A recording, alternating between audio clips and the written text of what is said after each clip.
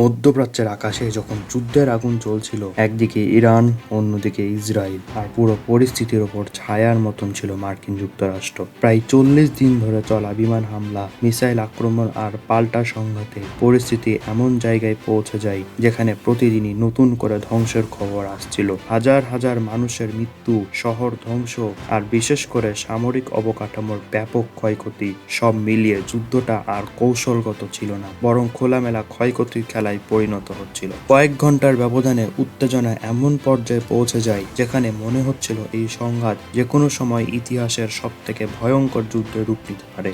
এমনকি যুক্তরাষ্ট্রের নির্ধারিত সময়সীমা শেষ হওয়ার ঠিক আগে ডোনাল্ড ট্রাম্প ইরানের সভ্যতা নিশ্চিহ্ন করার কঠোর হুমকি দেন। কিন্তু ঠিক সেই মুহূর্তেই তিনি 2 সপ্তাহের জন্য হামলা স্থগিতের ঘোষণা দেন। তার কিছুক্ষণের মধ্যেই শেহবাজ শরীফ জানান পাকিস্তানের মধ্যস্থতায় ওয়াশিংটন ও তেহরান যুদ্ধবিরতিতে সম্মত হয়েছে এবং অল্প সময় পর ইরানের পক্ষ থেকেও তা নিশ্চিত করা হয়। আক্রমণ, পাল্টা আক্রমণ, হুমকি আর প্রতিশোধের ধারাবাহিকতায় পুরো অঞ্চল যেন একটা অদৃশ্য টাইম বোমার উপর দাঁড়িয়েছিল। আর ঠিক সেই মুহূর্তেই হঠাৎ করে সব থেমে যায়। প্রশ্নটা তখন সবার, এটা কিভাবে সম্ভব হলো আর এর নেপথ্যে বা কি? এই সংঘাতটা ছিল সাধারণ কোনো দ্বন্দ্ব নয়, বরং ধীরে ধীরে তৈরি হওয়া এক জটিল শক্তির লড়াই। ইরান, ইসরায়েল আর আমেরিকার টানাপোড়েনে লেবানন, সিরিয়া, উপসাগরীয় অঞ্চল সব জায়গায় উত্তেজনা ছড়িয়ে পড়ে। বিশ্লেষকরা আগেই সতর্ক করেছিলেন এই সংঘাত যদি থামানো না যায় তাহলে এটা খুব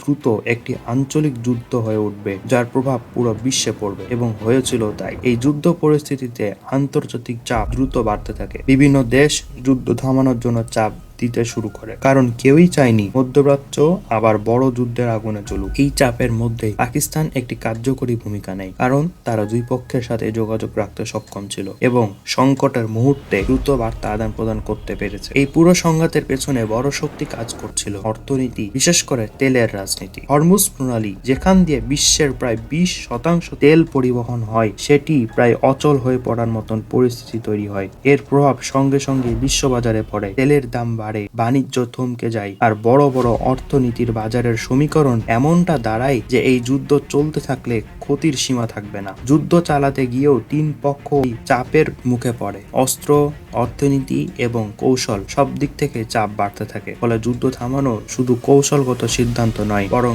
অর্থনৈতিক বাধ্যবাধকতা হয়ে দাঁড়ায়। এই অবস্থায় যে যুদ্ধ বিরতি তৈরি হয় সেটাও কোনো স্থায়ী সমাধান নয়, বরং এটি কৌশলগত পজ। মাত্র 2 সপ্তাহের জন্য এই সিজ ফায়ার বা যুদ্ধবিরতি, যেখানে দুই পক্ষ আলোচনার সুযোগ পাবে, নিজেদের অবস্থান গুছিয়ে নেবে, অস্ত্র ও কৌশল পুনর্গঠন করবে। বিশ্লেষকদের মতে এটা অনেকটা সময় নেওয়ার খেলা। এটা এমনটা যে বাইরে থেকেও শান্ত মনে হলো, ভেতরে ভেতরে সবাই পরবর্তী পদক্ষেপের প্রস্তুতি নিচ্ছে, কারণ মূল সমস্যাগুলো এখনো অমীমাংসিত। মার্কিন যুক্তরাষ্ট্র চাই ইরান তার ইউরেনিয়াম সমৃদ্ধিকরণ বন্ধ করুক এবং মিসাইল প্রোগ্রাম থামাক, আর ইরান চাই তার পারমাণবিক অধিকার অক্ষুণ্ণ থাকুক। এই মৌলিক মতবিরোধী ভবিষ্যতের সবচেয়ে বড় অনিশ্চয়তা তৈরি করে রেখেছে। এর ওপর আবার বাস্তবতা হলো যুদ্ধ পুরোপুরি থামেনি। ইসরায়েল এখনো লেবাননের কিছু অঞ্চলে হামলা চালিয়ে যাচ্ছে বা যাবে বলে নিশ্চিত করেছে, আর ইরান সতর্ক করেছে এই ধরনের আক্রমণ চলতে থাকলে যুদ্ধবিরতি ভেঙে যেতে পারে। ফলে কাগজে যুদ্ধ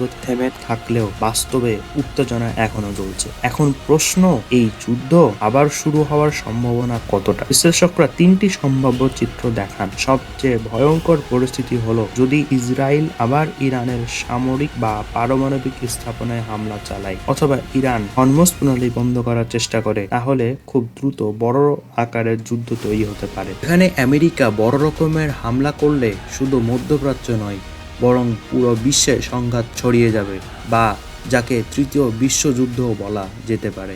দ্বিতীয়ত সবচেয়ে সম্ভাব্য পরিস্থিতি হলো শ্যাডো ওয়ার। সরাসরি যুদ্ধ না হলেও লেবানন, সিরিয়া, গাজা অঞ্চলে ছোট ছোট সংঘর্ষ চলতে থাকবে, আর ইরানের মিত্র গোষ্ঠীগুলো প্রক্সি হিসেবে চাপ সৃষ্টি করবে। তৃতীয়ত সবচেয়ে কম সম্ভাবনা হলো ধীরে ধীরে শান্তি, যদি পারমাণবিক ইস্যুতে সমঝোতা হয়, নিষেধাজ্ঞা কমে এবং আন্তর্জাতিক মধ্যস্থতা সফল হয়। সবচেয়ে বড় ঝুঁকিগুলো পরিষ্কার: ইরানের পারমাণবিক কর্মসূচি, হরমুজ প্রণালীর নিরাপত্তা, বিভিন্ন দেশে চলা প্রক্সি যুদ্ধ, আর সবচেয়ে বিপজ্জনক হলো ভুল হিসাব। একটি ছোট ভুল সিদ্ধান্ত বড় যুদ্ধে রূপ নিতে পারে। সব মিলিয়ে সারাংশ একটাই, এই যুদ্ধ পরিস্থিতি কোনো স্থায়ী সমাধান নয়, বরং একটা সাময়িক বিরতি। টেনশন কমেনি, শুধু কিছু সময়ের জন্য থেমে আছে। সহজভাবে বললে আগুন নিভে যায়নি, শুধু ধোঁয়া কিছুটা কমেছে। কিন্তু শেষ প্রশ্নটা এখনো রয়ে গেছে, এই নীরবতা কি সত্যি শান্তির শুরু, নাকি আরো বড় ঝড়ের আগে সাময়িক বিরতি?